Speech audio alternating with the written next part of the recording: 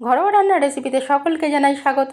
সকল বন্ধুরা নিশ্চয়ই আমার ভালো আছেন, সুস্থ আছেন।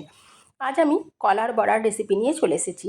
কিভাবে কলার বড়া বানাই তার জন্য আমার সাথে থাকুন আর দেখতে থাকুন।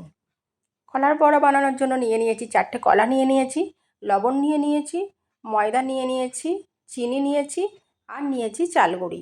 কলাগুলো যখন মজে যায় খেতে ভালো লাগে না, তখন যদি এইভাবে বানিয়ে খাওয়া যায় ফেলে না দিয়ে, খুবই ভালো লাগে।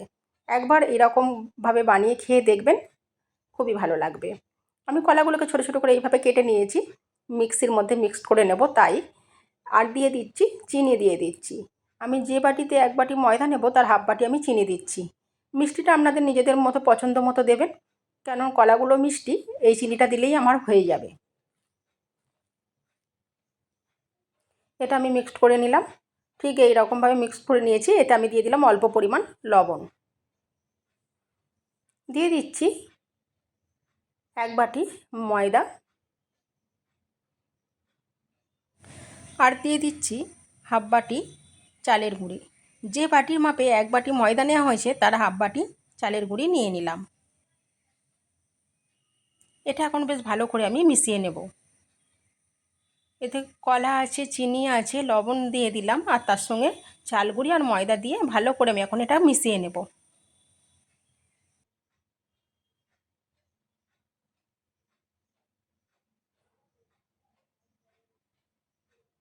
ঠিক এই রকম হবে। আমি দিয়ে দিচ্ছি এখানে হাফ চামচ গোটা মৌরি দিয়ে দিচ্ছি। মৌরিটা বেশ মুখে পড়লে ভালোই লাগে, তাই একটু মৌরি দিয়ে দিলাম। দিয়ে হাতে করে বেশ ভালো করে আমি এখন ফেটিয়ে নিলাম। হাতে করে একটু ভালো করে ফেটিয়ে নিতে হবে। ব্যাটারটা ঠিক এই রকম মাখাটা হবে। এবার কড়াই গরম হয়ে গেছে তেল, আমি কড়া বসিয়ে দিয়েছিলাম আগেই। এবার আমি অল্প অল্প হাতে করে এইভাবে কড়ার তেলের মধ্যে দিয়ে দিচ্ছি। এইভাবে অল্প অল্প করে সব দিয়ে দিলাম। দিয়ে এবার আমি এগুলো, এক পিঠটা হয়ে গেছে, এবার এগুলো আমি উল্টে দেব।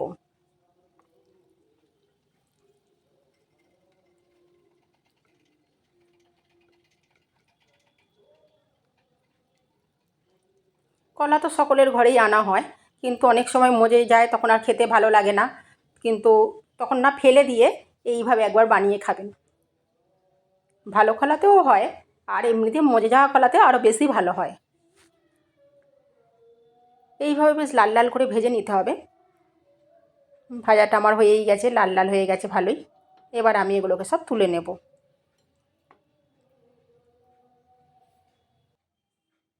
এবার এগুলো আমি তুলে নিচ্ছি।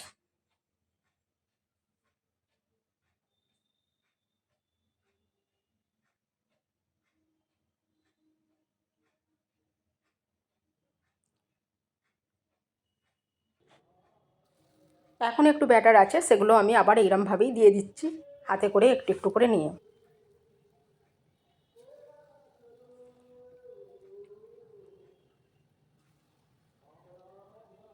খুব বেশি সময় লাগে না, তাড়াতাড়ি হয়ে যায়। তো একবার বানিয়ে খেয়ে দেখবেন, খুব ভালো লাগে, খুব টেস্টি হয়।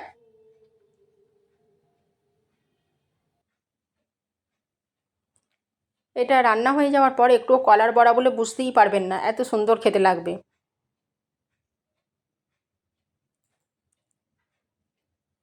জলখাবারে বা সন্ধ্যের সময় এগুলো যদি এইভাবে ভেজে খাওয়া যায়, আর অল্প খেলে পেটও ভরে যায় চালগুঁড়ি ময়দা থাকার জন্য। আমি 4টে কলা দিয়ে মেখেছিলাম। আপনারা যদি কলা ভালোবাসেন তাহলে আরও বেশি করে কলা দিয়ে মাখলেও কোনো অসুবিধা হবে না, তবে তখন একটু কলার বড়া বলেই মনে হবে, এমনিতে মনে হবে না কিন্তু আমি যেভাবে মেখেছি। এগুলোও বেশ লাল লাল করে আমি ভেজে নিচ্ছি। আমি কলাগুলো মিক্সিতে পেস্ট করে নিয়েছি, আপনারা হাতে করেও মেখে নিতে পারবেন। ওটা হাতে করে মাখলে একটু সময় লাগবে, তাই আমি মিক্সিতে বেটে নিয়েছি। এবার এগুলো আমি তুলে নেব, বেশ লাল লাল করে ভাজা হয়ে গেছে।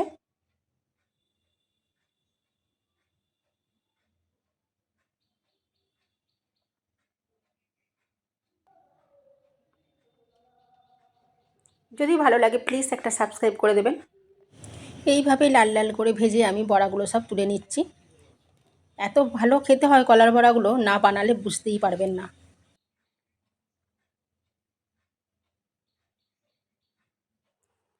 এগুলো খুব ভালো খেতে লাগে, খুব টেস্টি হয়। অবশ্যই একবার বানিয়ে খাবেন আর নিজেদের শরীরের খেয়াল রাখবেন। ভালো থাকবেন, সুস্থ থাকবেন, সাবধানে থাকবেন।